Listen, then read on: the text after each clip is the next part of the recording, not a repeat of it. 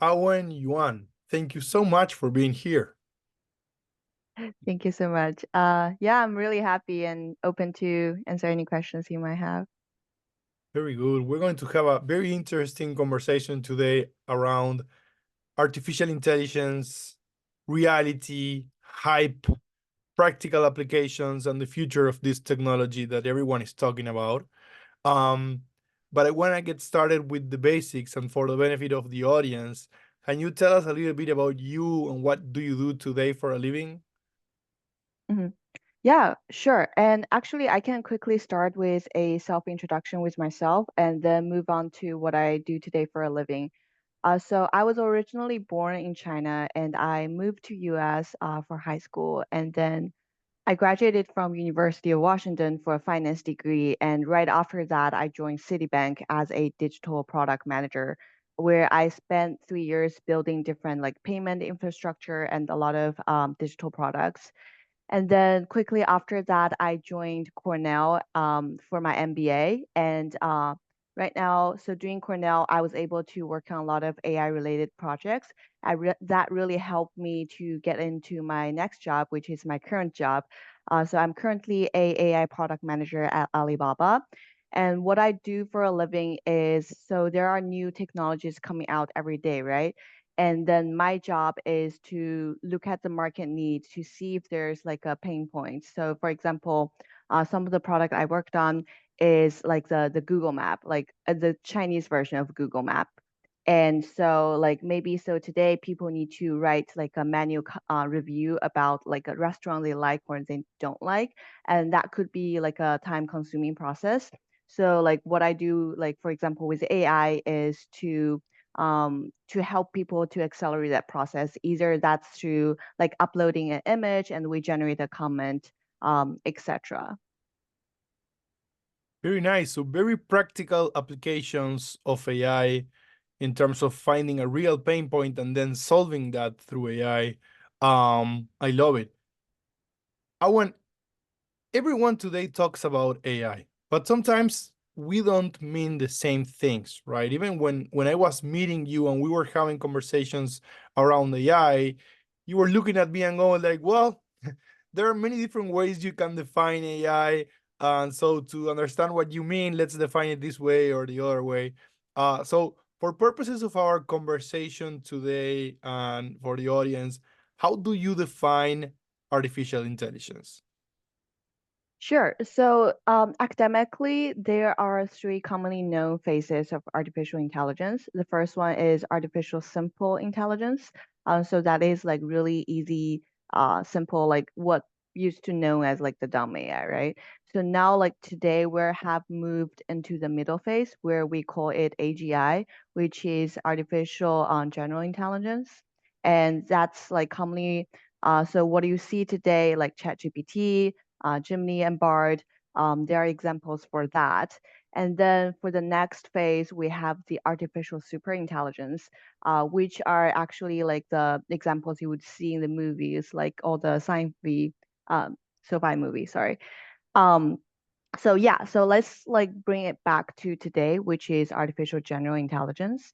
So like I don't usually so like when like do my project and when I introduce my like when I try to explain what I'm doing to my mom, to my parents, right, to my friends who are not really in the who might not be as deep in the field, usually I would say AI. And then also when you look at in the world, like especially the VC world, like today, like most of the startup has some like sort of AI involved in it because it's very catchy. People enjoy listening to the word AI, but essentially it's not really just AI. So what is hiding behind AI is actually a lot of algorithm. So for example, you see like a is it Sora that does like film generation? What essentially it is, it's actually a lot of like mixed well actually Sora, I'm not gonna move forward with Sora because I'm not an expert in that, but like say for example, Mid Journey.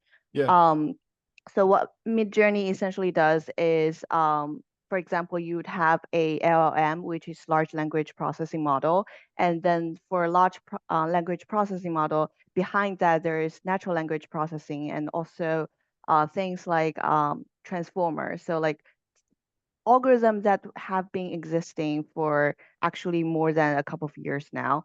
And then so like for like Midjourney, what do you see? Okay, seems to be like an AI. It's like a intelligent robot that understand what I want to do and it give me the magic result.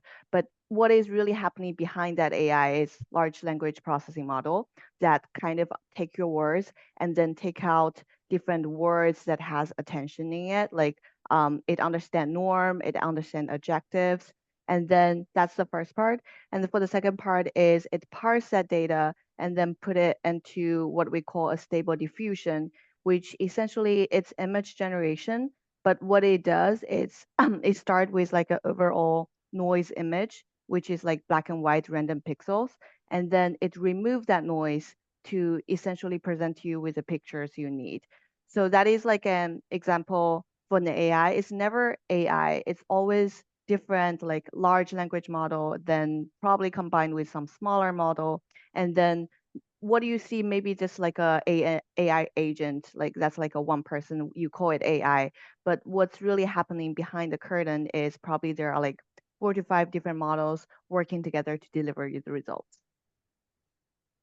Very clear. And do you think that when people say AI, they understand that this is what we're talking about, and we're talking about algorithms, and we're talking about combining a huge set of data and probabilities and then coming up with a result? Or do you think that people think there's something else, and then we start confusing that with the super intelligence that you brought up, that we are not there yet? How do you think people think about AI nowadays? So I start to notice like an interesting trend is so well obviously like I probably gonna be little bit of bias because I'm surrounded by people who are in the field. So I would say probably like a lot of people around me, they definitely understand the difference. However, I do notice some trend is that like for countries like US that especially like doing the like in the Ivy League community because AI was kicked off like much earlier, right? So everybody really know the topic. So I've started to notice there's this interesting trend that people no longer enjoy listening about things that's like AI. So like when like a student is going up the stage and pitch an idea, they'd be like, hey, we use AI to do this. And also like some consulting projects, they also do that. Then I start to notice that nowadays people sitting in the audience instead of, oh, AI, this is super cool, they start to think it's, oh, this is kind of like a buzzword. So I've seen that trend in US, especially among the Ivy League community. But however, I think China is still quite early on the process. When people hear about the AI, when they see a software integrated with AI, they're still quite excited about it. No matter because you can call like a software AI even if it just like implemented a small AI related algorithm, then you can call it AI. So that's like so if you have like a smartphone and it has some like random app in it that has some AI algorithm, then it probably has the AI tag. But that is very different from what ChatGPT can do, right? So like I think for China and also for some other countries, I still see people are having that hype. They like to see something has an AI tagging it versus in the I think like in the Ivy League world or in the I think in US, people start to be more conscious about what AI is and how it's actually sweeping massive amount of data. And some people like more and more people have concern about AI, and that hype starts to fade away. Like they don't really want to see anything that involve, well, at least explicitly involving AI.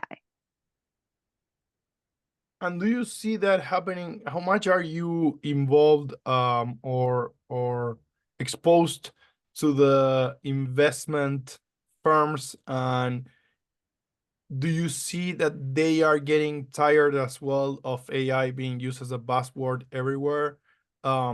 I work in the software industry, right? And there are a lot of companies that feel like when they are pitching investors, if they don't have the word AI, they don't stand a chance. Is that true in as per your experience, or do you think that startups are abusing that as well? Again, like, okay, so I can't speak for every investors. I mean, it's a massive world for VC out there. I would just say something because I also had a startup in AI, and I can only spoke for like the VC that have came to talk to me. Okay. So I think most VCs do definitely they do like to invest in things that are AI related because it has like a so okay, so there's only I think like most VC care about one thing, which is called cash multiple, which is if you put in 1 million today, what is a multiple years from now? Because like most startup fails, right? And they know that, which is why they need to find a company. They know that probably 100 companies they invest in, they're gonna fail, but then they want one company that has the biggest cash multiple so they can make an earning from that. And I think because of that, because AI is kind of like the fifth industry revolution right now, which is why they like to invest in AI. However, I want to say that most VC, they're not really investing the keyword. They're not putting money in you because you have the keyword AI. They invest in you is either because so there's a saying that's called data is the new oil. They invest in you because you have the data that's going to be super helpful to build the next artificial intelligence, or you have the talent who knows really well about AI and they have faith in you that this technology really is going to work. Because essentially, well, the laws and the copyrights about AI are not like fully complete yet. So I think it's helpful to understand that is actually you cannot patent a model. So the only thing you can patent is your data. So which is why I say that when VC are investing, they are still looking at some of like the traditional things, such as how big is your market and how well can you penetrate that market? Because even if you have AI, if you can't really penetrate that market, which means you won't be able to absorb data, and then eventually, what's your moat? You see? Yes, perfect. You either need to have access to a lot of data, or you need to have a huge talent that knows about AI. AI simply as a buzzword will not get you anywhere. You Exactly, need exactly. one of those. Got it. Yeah, and also, and also there's a difference between startup who built their own model and also startup who are actually just building upon other people's model because it's actually extremely costly to train like a general model from the scratch. And so I used to have this perception that VC only like to invest in startup that has their own model instead of some startup who might just fine tune a version of ChatGPT and build on that. But I think I'm clearly wrong. Like I've seen past examples where some startup, like such as for like chatbox, that does a really well job fine tuning the ChatGPT model and then make a profit off it. And then VC are also open for investing in these kind of firms. So if you are considering doing like a AI startup on your own, I definitely suggest like start from that. Like just don't spend too much time on building your own model, but then probably leverage some of the existing open source or like closed source model and then fine tune to test your market theory to see if your customers are really willing to pay. And then once you um, validated your beliefs, then once you have the VC money, maybe you can decide to move on to your own models. Very good and very practical advice for everyone listening out there. Um, Talking about practical advice, what practical applications of AI have you seen or been exposed to? So for me, so like here's the thing. A lot of the app, like for example, for Google Map, you use every day, you use navigation. There's AI in it, but you don't know. And also for shopping app or for Instagram or for TikTok, there's AI in it for your recommendation system, but they don't put that explicit. So, and you've seen how people are like me personally, I don't really spend a lot of time on social media. But I've seen like I've talked to my taxi driver, I see how addictive that can be. So, I would say that's like a really good job by the AI regarding the algorithm. For me, I think my personal favorite right now is still GPT, but this industry is changing so fast. It's only been, let's see, 3 months since I paid my ChatGPT subscription. And then now like every day I'm getting news about, hey, there's this new model that really outperformed ChatGPT. Oh, the Chinese company is also doing something about their uni bot that's doing better. So, but like I I have to be honest, like even for me who's working in the industry, sometimes I get attached to product. Like right now I still use GPT even though all those articles are published that says this model is like performing better. But I still feel kind of lazy to switch. So I think right now I still really like GPT. I use it for some image generation. I also use it to write code, etc. Very good, very good. You mentioned at the beginning, Owen, that there was a difference between the US, who had grown more used to AI. It had started there first, and then in China, it started later. But I think it's definitely catching up, or getting faster. Um, how do you think the US and China are approaching AI respectively, and what differences or similarities do you see between the two? Mm, so both countries are definitely going full speed about investing in AI, right? Um, Honestly, that's a million like dollar question. It's really hard to predict on. So here's the thing. Like I mentioned earlier, data is the new oil, right? But it's also more than that because how you train your model, like like how smart your talents are and how efficient you are with using your model really matters because like I mean models are like a baby. Like if you don't train it the right way, you just like keep making it go into lessons after lessons, it actually might not absorb anything. The reason I'm saying that is because so ChatGPT, like GPT global wise, has a lot of users, more users than some of the current GPTs that are available in China.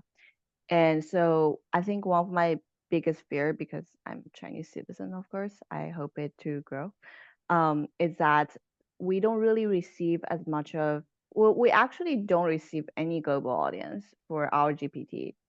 So my concern for that, so right now the most commonly used chatbot, which is Earning Bot by Baidu, is actually currently we have 200 million users.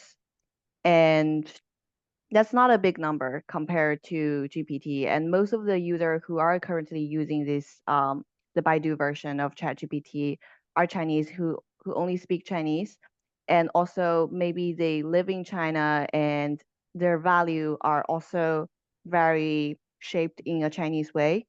And my concern for that is ChatGPT learn from its users. Um, so first, I see two shortage. First, you have a really, I would say like a biased user sample.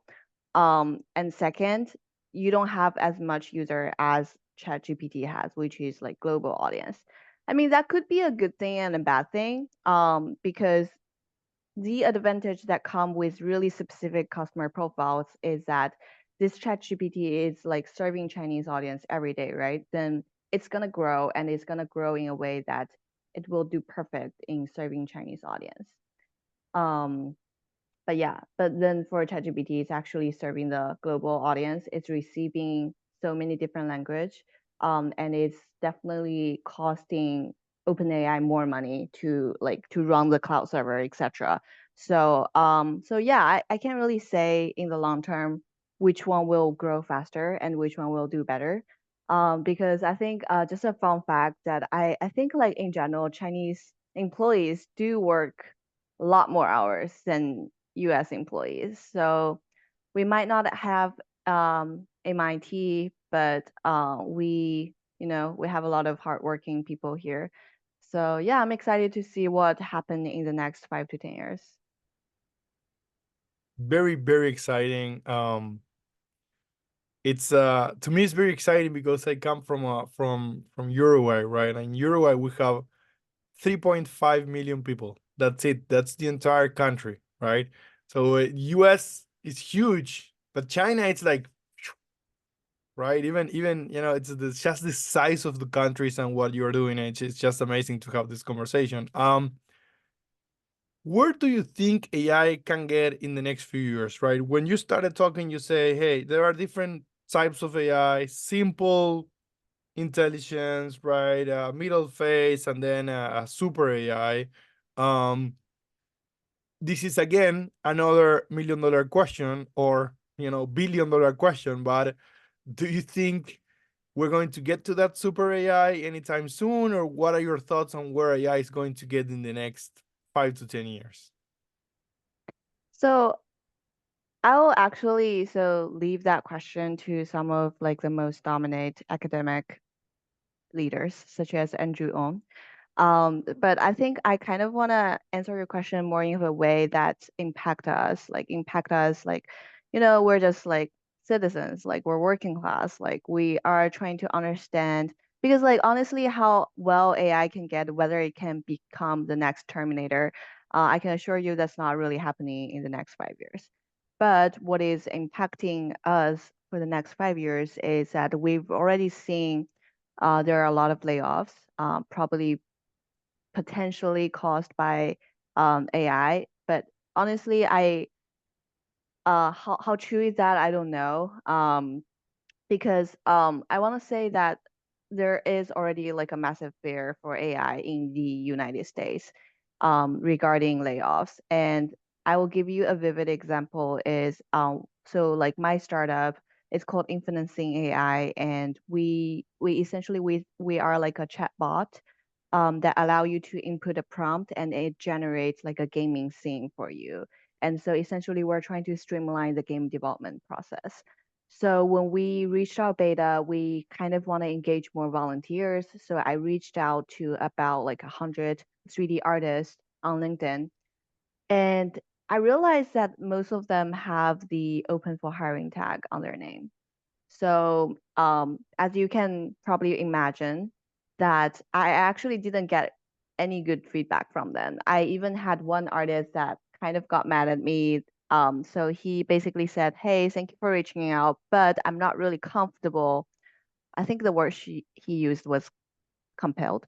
That he's not comfortable with working anything that has to do with Gen AI at the moment. So we see that is already happening in the United States. And so I think like AI is really growing right now because it's still new and also people are willing to try new technology. Like who doesn't like Midjourney, right? You don't have to learn painting. You can just like elaborate on your imagination.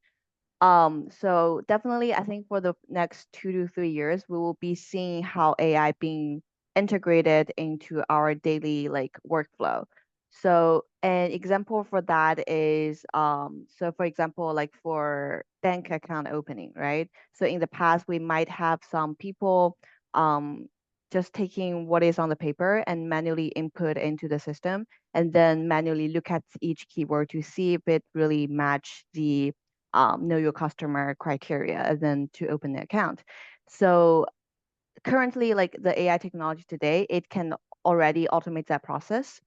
So I think it is definitely possible. Like a lot of that jobs might go away for the close future, but I think that the AI replacing workforce is gonna slow down soon. because the reason for that is because AI doesn't receive salaries, which is why it saves labor costs for the companies. But AI also doesn't generate growth because it doesn't have salary, then it doesn't produce They any don't buy goods, right? anything. They don't need Yeah, products. it will not buy anything. Exactly. They will not buy clothes. They will not go to McDonald's. And then the companies who are laying off workers in the first place and who are using artificial intelligence are, if they don't realize, the government's gonna realize that. So, and also an interesting, so like I think like it's interesting to look at how AI is growing, look at the AI trend, and then combine that with the international population trend, because what you see nowadays, the Japan like population is declining. Also, Chinese population is declining, and the thing with that is that the purchasing power is going to be declining too. So, and then if like all the purchasing power are declining, and if you are massively rolling out generative AI and people are losing their jobs, then who's going to eventually buying your company's products? And I think like not now, but then soon, like was because like right now company hasn't fully kicked off in using Gen AI in their daily workflow Right. yet, most companies. But then if they do, which is gonna I think gonna happen in the next like 1 or 2 years, and then I think it's gonna hit the economy, and then the government's gonna realize that, and then I'm sure there will be more restriction regarding AI, and then I think that's when the AI is going to slow down, and then people will be able to react to that.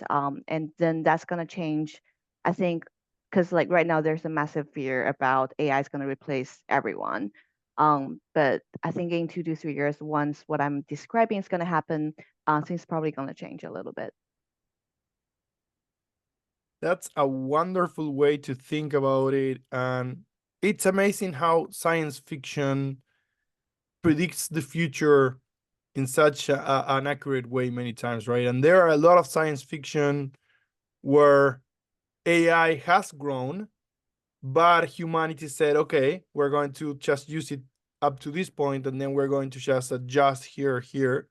Um, I don't know. I don't want to get too nerdy on it, but even Dune, there was an AI, but some of that has been forbidden, etc., etc. I know it's not making sense exactly with the examples that you were providing, but I like the way you. I agree. I completely agree with your view and interpretation, and I think governments, anyone, there's not going to be enough people buying stuff and there's not going to be enough people paying taxes, and so nobody benefits at the end of it if we just replace humans, right? So Yeah, but also because like I think I do want to deliver this message to your audience is that just because we know that probably in 2 to 3 years the government or maybe someone will step in to slow down the process, that doesn't mean you don't need to do anything with it because um I mean like I think like in the future like we see like nowadays a lot of children will need to take coding class in their probably like high school, which we didn't have to like 20 years ago. And I think that's a really important thing to agree on because I think in the future, um, computer science is probably going to be like one of the must-have skills. So, so yeah, I think it's definitely important to start to absorb because again, AI is like the fifth industry revolution. It doesn't help if you're just like running away from it. I mean, if you living if you are financial free and you live in a really far away farm and you don't need to worry about that for sure. But if you live in the city or if you live in the big corporation, I think it's not helpful if you just like fight up to your managers, hey, I can't lose my job. You can't use AI to replace me. That's not gonna work. right. I think like try to add value into the process well you can because eventually I definitely see AI is gonna be replacing some of like the manual work, such as like just comparing data to each other. But for that process to happen, we need human input, and that's where your value come in. So I think like as daily workers, definitely just pay attention to what is happening in your company. If you see there's like some AI related initiative coming in that might replace your workflow, try to step up instead of like running away from it because they need daily workers input to see how good the system feedback is. And then maybe leveraging that experience, you will be able to put that on your resume and help you to pivot into the next better job, like either like a people managing or something AI related, because now you've participated in an AI training network and you know how it works.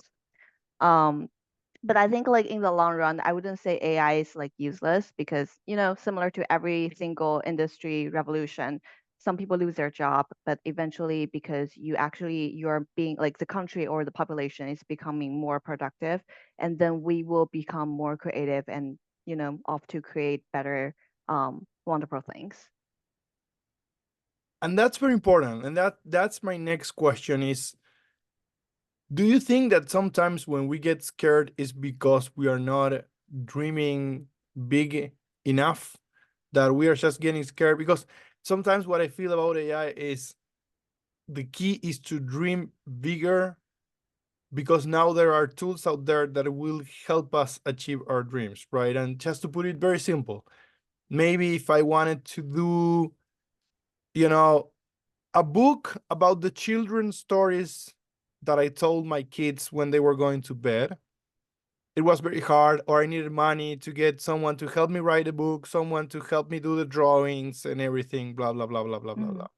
Mm-hmm. Today, with the existing AI, I could go ahead and create the whole writing of the book, the whole drawings, maybe videos, maybe audio representation of the book, Mm-hmm. maybe a website to publish all of that. And I don't need anyone else. I just need to be good at using AI. I can build all of that on my own, right? Yeah, exactly. It's actually new opportunity. Like say if we have like this person who's being laid off, right? And then he can now like proceed his dream. Like if he wants to create a film or like writing a book that you're describing about, he doesn't need to hire anyone. Like a lot of that can be done through AI, and through that like he can make like a lot of money. I think like this AI is definitely helping, like giving more freedom of people becoming content creators and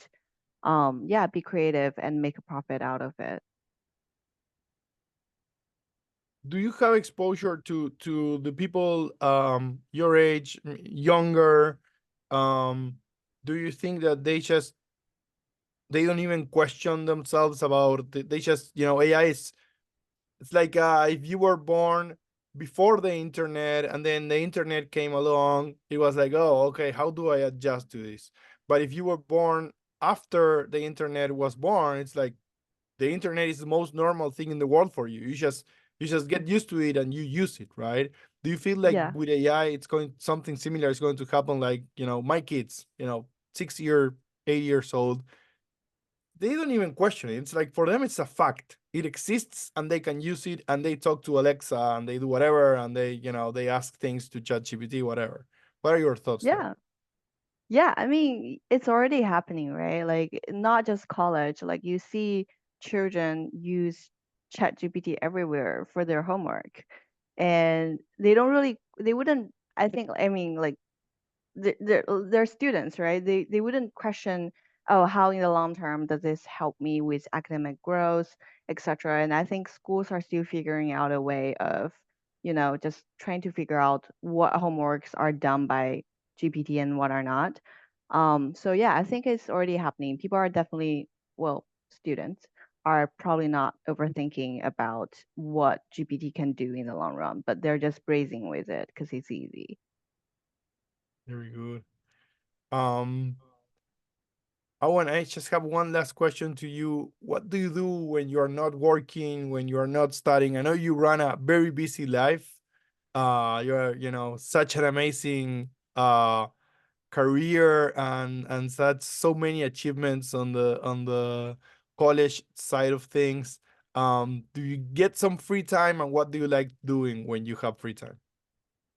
Sure. The public answer for that is I am a certified scuba diver. So I really like, so for every year, I mean before pandemic, I always go on like a scuba diving trip, and that also give me a chance to visit different countries, and I love it. I also like I like animals in general, so I also ride horses.